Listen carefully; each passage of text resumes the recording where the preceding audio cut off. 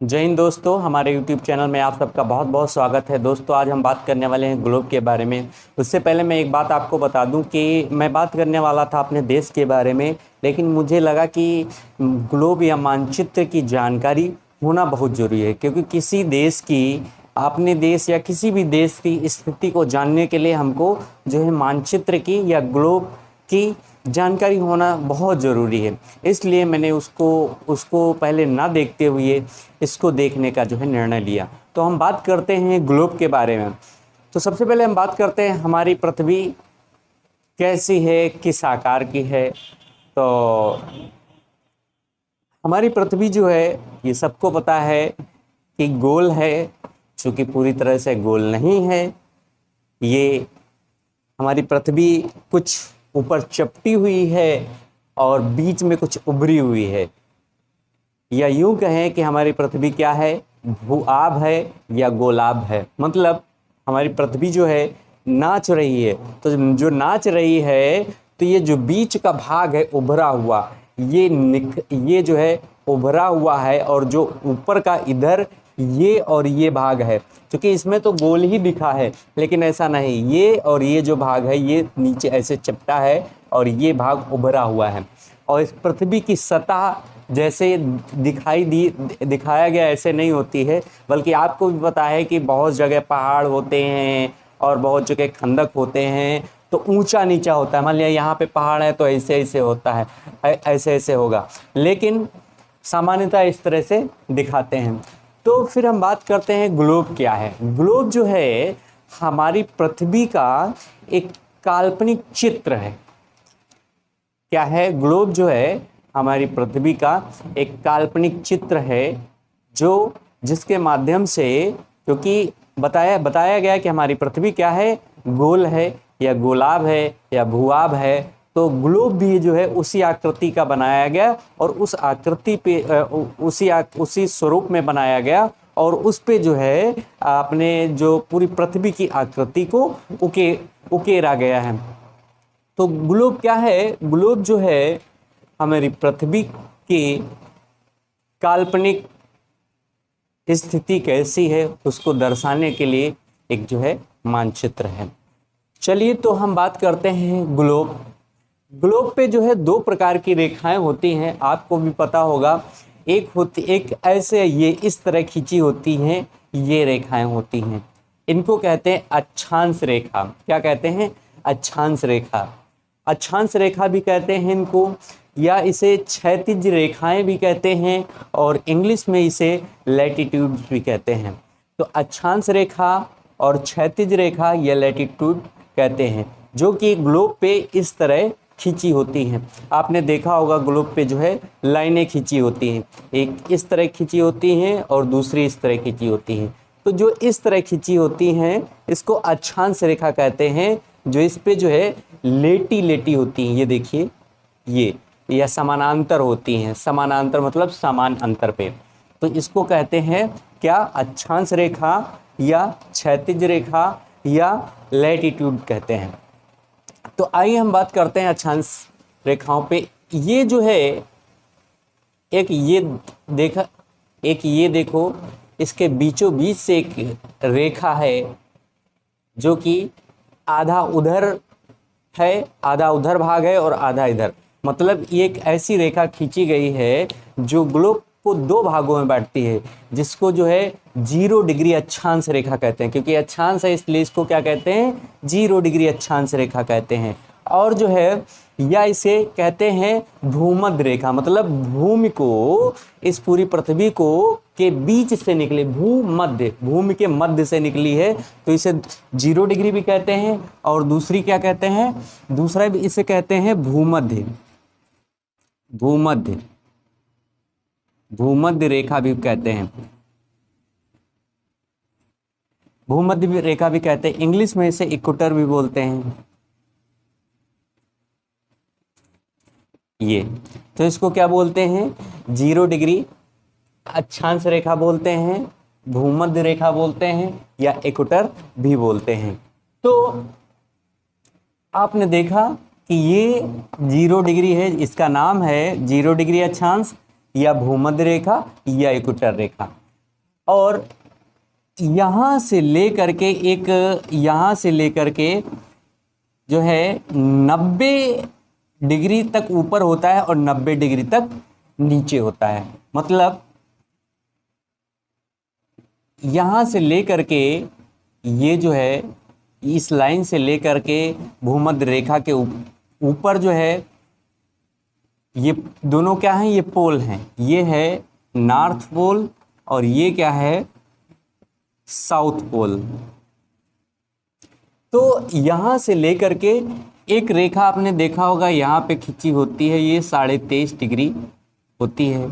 इसको क्या बोलते हैं, कर्क रेखा बोलते हैं। क्या बोलते हैं, कर्क रेखा बोलते हैं। और इसी तरह इसके ये नॉर्थ में 23.5 डिग्री को कर्क रेखा बोलते हैं या ट्रॉपिक ऑफ कैंसर बोलते हैं। और इस भूमध्य रेखा के साउथ में 23.5 डिग्री इसको मकर रेखा बोलते हैं। क्या बोलते हैं, मकर रेखा या ट्रॉपिक ऑफ कैप्रिकॉर्न बोलते हैं इसको। तो इसको क्या बोलते हैं, मकर रेखा, मकर रेखा बोलते हैं।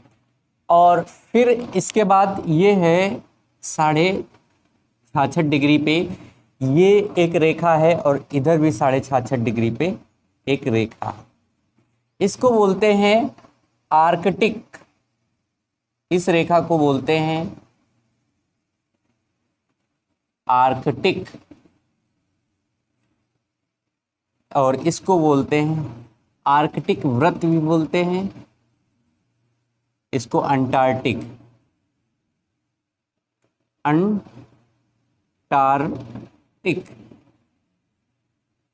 अंटार्कटिक वृत्त बोलते हैं।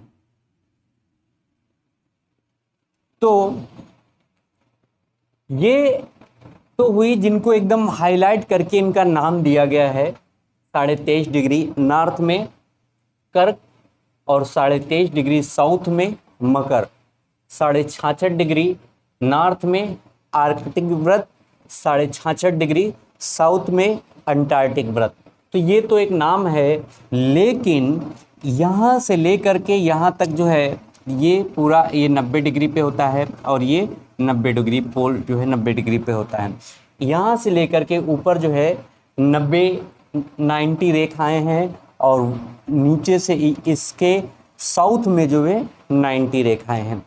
तो अगर पूछे कोई कि इसमें टोटल कितनी रेखाएं हैं, तो इस पे जो है टोटल जो है, अब देखो यहाँ से लेकर के 90 उधर, कुल अक्षांश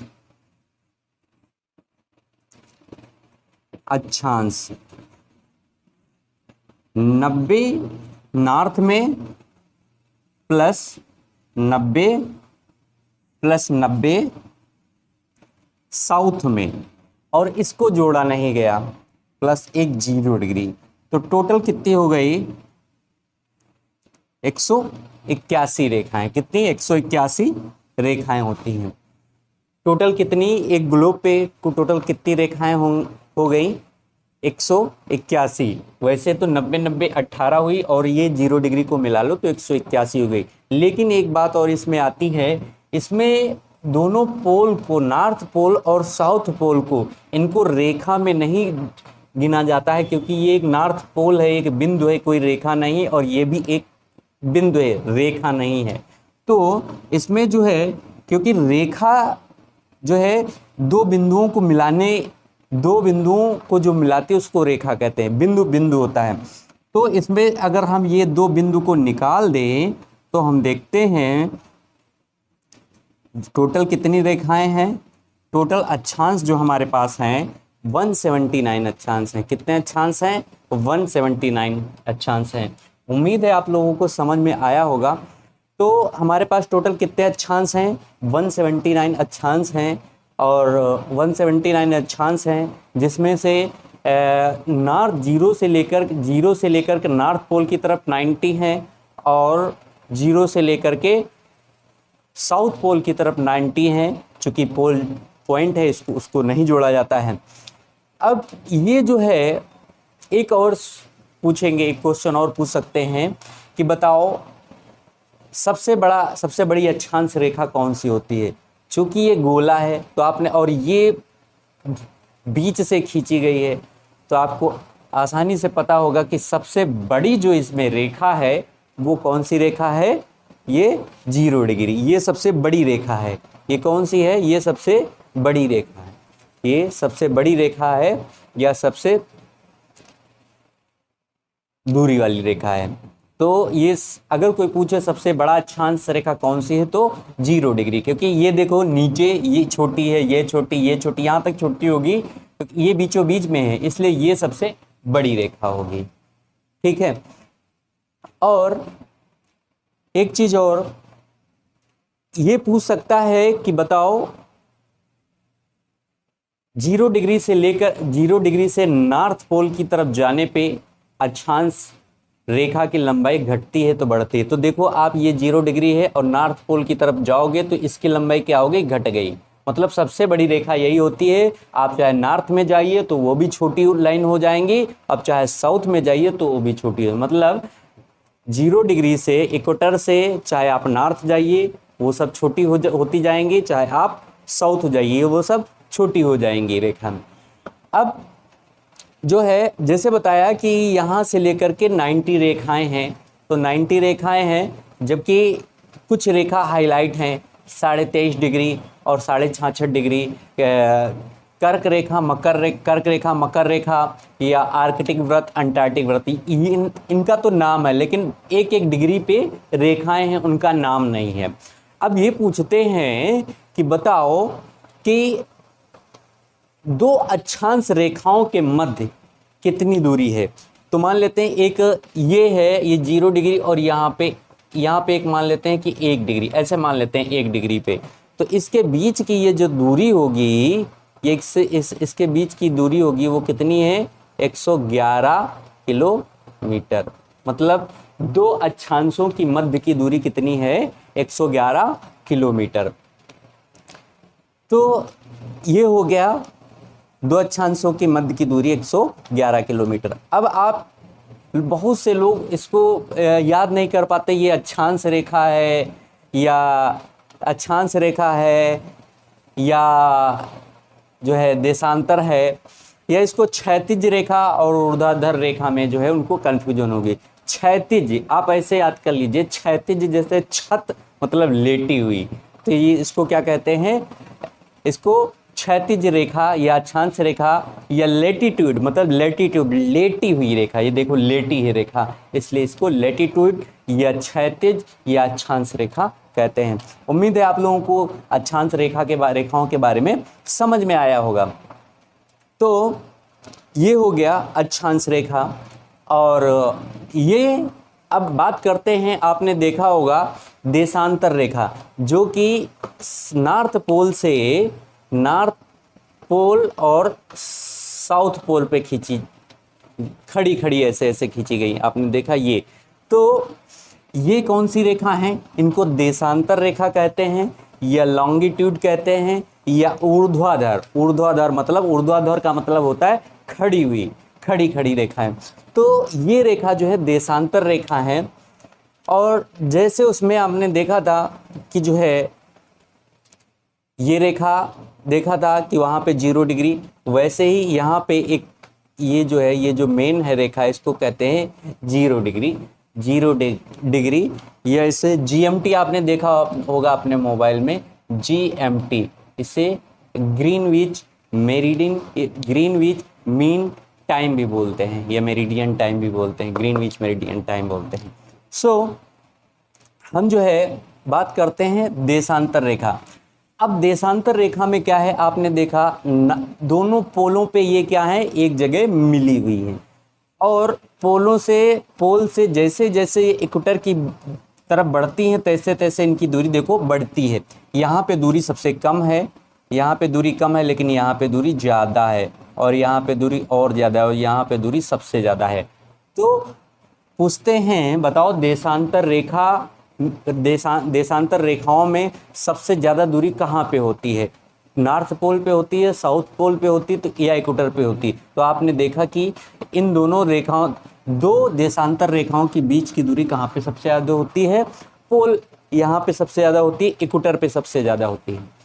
और ये भी पूछ सकते हैं, ये भी देख लीजिए कि ये ना जो है देशांतर रेखा पोलों पे तो इनकी दूरी कम होती है, और जैसे जैसे ये इक्वेटर की तरफ बढ़ती हैं तैसे तैसे इनकी दूरी बढ़ती जाती है, दो देशांतर रेखाओं के बीच की दूरी बढ़ती जाती है।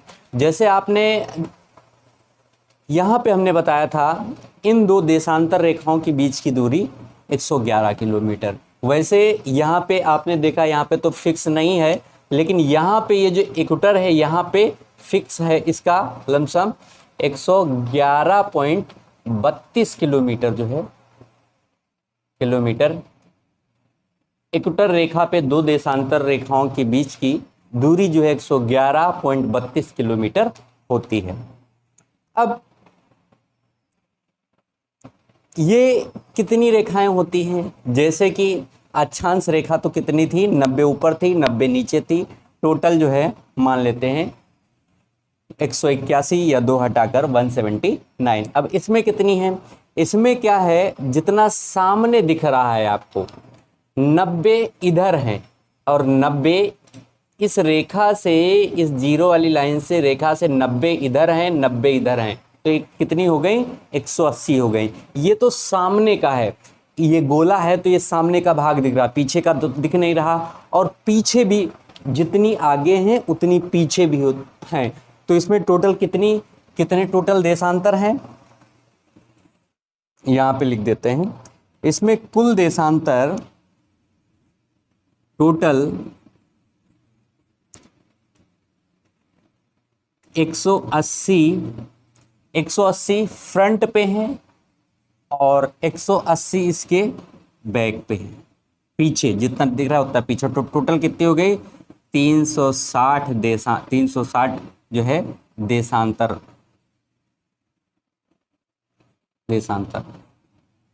तो टोटल देशांतर रेखाएं कितनी हैं, 360 हैं, और टोटल अक्षांश कितनी हैं, अगर पॉइंटों को मिला लें तो 181 है, नहीं तो 179 है।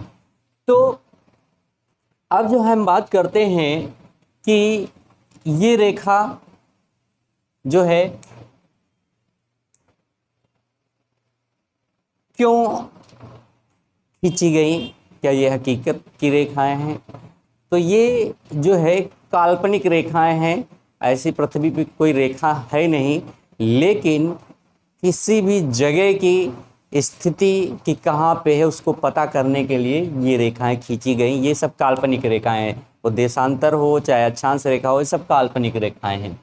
तो अब जो है इन रेखाओं की मतलब जो मानचित्र है, इन रेखाओं को जो है इनका इस मैप को जो है उस समय ब्रिटेन के लोगों ने जो है इन रेखाओं को खींचा था, इसको बनाने में उनका बहुत बड़ा योगदान है। तो जो है उन्होंने अब कहीं ना कहीं से तो उसकी शुरुआत होनी थी, किसी न किसी जगह को तो जो है 0 डिग्री मानना ही था, है ना, क्योंकि इसमें तो आप 20 से मान लिए, भाई गोला है 20 से मान लिए, लेकिन इसको कैसे मानोगे, इधर से मानोगे उधर से मानोगे।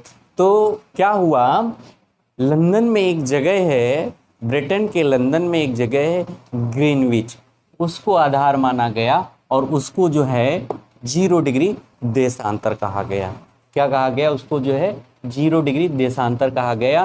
ग्रीनविच मीन टाइम या ग्रीनविच मेरिडियन टाइम भी इसको बोला गया। तो इसको जो है 0 डिग्री को क्या बोलते हैं, 0 डिग्री को 0 डिग्री देशांतर बोलते हैं, ऊर्ध्वाधर और 0 डिग्री देशांतर भी बोलते हैं, और इसको 0 डिग्री को ही जो है प्रधान यमोत्तर भी बोलते हैं। क्या बोलते हैं, प्रधान यमोत्तर, प्रधान यमोत्तर रेखा भी बोलते हैं। और क्या बोलते हैं, 0 डिग्री देशांतर बोलते हैं, प्रधान यमोत्तर बोलते हैं, और GMT बोलते हैं, ग्रीनविच टाइम ग्रीनविच रेखा या ग्रीनविच टाइम भी बोलते हैं। और इसको जो है समय निर्धारण रेखा या टाइम निर्धारण रेखा भी बोलते हैं, ग्रीनविच रेखा या इसको टाइम निर्धारण रेखा भी बोलते हैं। तो उम्मीद है इतनी बात आपको समझ में आ गई होगी। 0 डिग्री देशांतर को 0 डिग्री देशांतर बोलते हैं, प्रधान यमोत्तर बोलते हैं, ग्रीनविच बोलते हैं। ग्रीनविच इसलिए बोलते हैं क्योंकि ये लंदन के ग्रीनविच शहर से निकली है और इसी को मेन माना गया था, इसी को 0 डिग्री माना गया था, इसलिए इसको जो है ग्रीनविच भी बोलते हैं या GMT भी बोलते हैं या इसके प्रधान यमोत्तर भी बोलते हैं। तो इतने सारे इसके नाम हैं। अब जो है इसके पीछे एक तो 0 डिग्री इधर है, 0 डिग्री, और 0 डिग्री की 180 रेखाएं इसके जस्ट पीछे तक, 180 रेखाएं इस साइड में होगी, पूरब में होंगी, और 180 रेखाएं इधर होगी, है ना। 180 रेखा इधर होगी तो 180 पूरब में हो गई, 180 उधर हो गई। तो उधर जो इस जैसे ये 0 डिग्री है और इसके जो फ्रंट में जो इसके जो बैक में 180 डिग्री रेखा है उसको बोलते हैं तिथि निर्धारण रेखा। तिथि निर्धारण रेखा या जो है समय यमोत्तर रेखा भी बोलते हैं। तो इसको तिथि निर्धारण बोलते हैं, 180 को तिथि निर्धारण रेखा बोलते हैं और 0 डिग्री को टाइम निर्धारण रेखा बोलते हैं। और जो है यहाँ पे आपने देखा जैसे कि ये इंग्लैंड के, यहाँ से मान लेते हैं इंग्लैंड का जो है ग्रीनविच है, यहाँ पे मान लेते हैं। इसके जो पूरब में है, इसके जो पूरब में है, तो जितना इसके पूरब में है 180 तक, 0 से लेकर के 180 तक ये क्या है, ईस्ट है, और 0 से लेकर के पीछे 180 तक क्या है, ये वेस्ट है। ठीक है, समझ में आ गया होगा कि इसके जो पूरब साइड में है ये ईस्ट है और इसके पश्चिम जो साइड में है 0 से 180 तक, तो ये क्या है, वेस्ट है। अब जो है इसी का जो है खुला रूप देख लेते हैं। अगर इस ग्लोब को खोला जाए तो यहाँ पे आपको अच्छी तरह से समझ में आ जाएगा कि मान लेते हैं कि ये जो है ये 0 डिग्री है, 0 डिग्री अक्षांश है। 0 डिग्री क्या है, इक्वेटर 0 डिग्री, और ये जो है 0 डिग्री देशांतर है। ये पोल है, ये नॉर्थ पोल है और ये साउथ पोल है, साउथ पोल है। अब इसको इसी ग्लोब को खोल दिया गया, पूरा ऐसे खोल दिया गया। अब ये जैसे ये ये है 0 डिग्री। अब इसमें आपने देखा कि यहाँ पे क्या है, इंग्लैंड है, क्या है, इंग्लैंड या ब्रिटेन है, और यहाँ पे ये जो है 180 डिग्री है, और इसी को ऐसे जोड़ दो ऐसे, तो यही जो है 180 डिग्री। तो यहाँ से 0 से लेकर के, ये 0 से लेकर के 180 डिग्री तक ये, और यही रेखा 0 से लेकर के 180 तक ये हुआ। ये जब जोड़ दो तो 180 जो है दोनों की 180 एक हो जाएगी, 180 एक हो जाएगी। तो इसमें आपने देखा अक्षांश में ये इतना भाग ये क्या है, नॉर्थ, और इसके जो है साउथ का भाग तो साउथ का हो गया। मतलब ये जो पार्ट है ये क्या है, ये है साउथ का पार्ट, अक्षांश में देखा जाए तो साउथ का पार्ट, और ये नॉर्थ का पार्ट हो गया। ठीक, प्लस ये जो है 0 डिग्री है और ये है ईस्ट का, और ये क्या है, ये क्या है, ये देशांतर की उससे देखा जाए तो ये क्या है, वेस्ट है, और ये अगर ये ईस्ट है और ये वेस्ट है। तो हम ये बताना चाहते हैं यहाँ पे कि जो हमारा देश है उसकी स्थिति ग्लोब में कहाँ है। हमारा देश कुछ जो है यहाँ पे है, कुछ यूँ हमारा देश यहाँ पे स्थित है। तो आपने देखा हमारा देश यहाँ पे, अगर यहाँ पे है तो किस उसमें है, इधर तो ईस्ट में है और नॉर्थ में है। इधर तो अगर देशांतर में देखा जाए तो ईस्ट साइड में है और अक्षांश में देखा जाए तो नॉर्थ साइड में है। तो हमारा देश जो है नॉर्थ ईस्ट में है। किस में है, उत्तर पूर्व में हमारा देश जो भारत जो है, इंडिया हमारा देश कहाँ पे है? हमारा देश ये देशांतर की उससे देखा जाए तो पूरब की तरफ से है, और अक्षांश की उस पे देखा जाए तो उत्तर की तरफ है। तो क्या है? उत्तर पूर्व। भारत की स्थिति ग्लोब पे कहाँ पे है? उत्तर पूर्व में है। तो उम्मीद है आप लोगों को समझ में आया होगा। हमारा ये आज का बताने का मकसद यही था कि अपने देश की स्थिति को सही से जाने, क्योंकि जब तक हमको ये नहीं पता होगा कि हमारा देश कहाँ पे है, या हम रट लेंगे हमारा देश जो उत्तर पूर्व में है और कुछ दिन के बाद इसको भूल भी जाएंगे। लेकिन अगर आपको ये चीज़ याद है कि जो है ये देखो, देशांतर में पूरब की तरफ और अक्षांश में उत्तर की तरफ, मतलब उत्तर और पूर्व, तो हमारे देश की स्थिति उत्तर पूर्व कुछ इस जगह है। तो ये चीज़ हमेशा दिमाग में बनी रहेगी।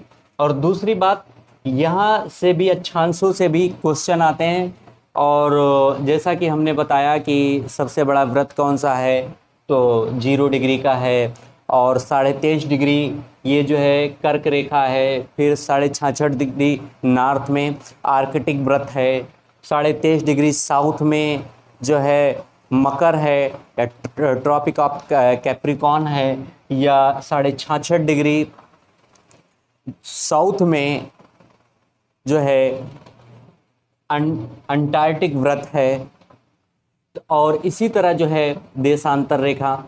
तो जितना हमने पढ़ाया है, जितना हमने बताया है, उम्मीद है आप लोगों की समझ में आया होगा। और ये चीज़ें जो है एग्ज़ाम में आती हैं, तो आप इसको देख लीजिए, 1-2 बार वीडियो देखिए और आपकी आराम से समझ में आ जाएगा। यदि आपको ये टॉपिक समझ में आया हो और पसंद आया हो तो आप इसे लाइक करें और अपने दोस्तों के साथ शेयर करना ना भूलें। तो जय हिंद दोस्तों, मिलते हैं इसी तरह के अगले टॉपिक के साथ। धन्यवाद।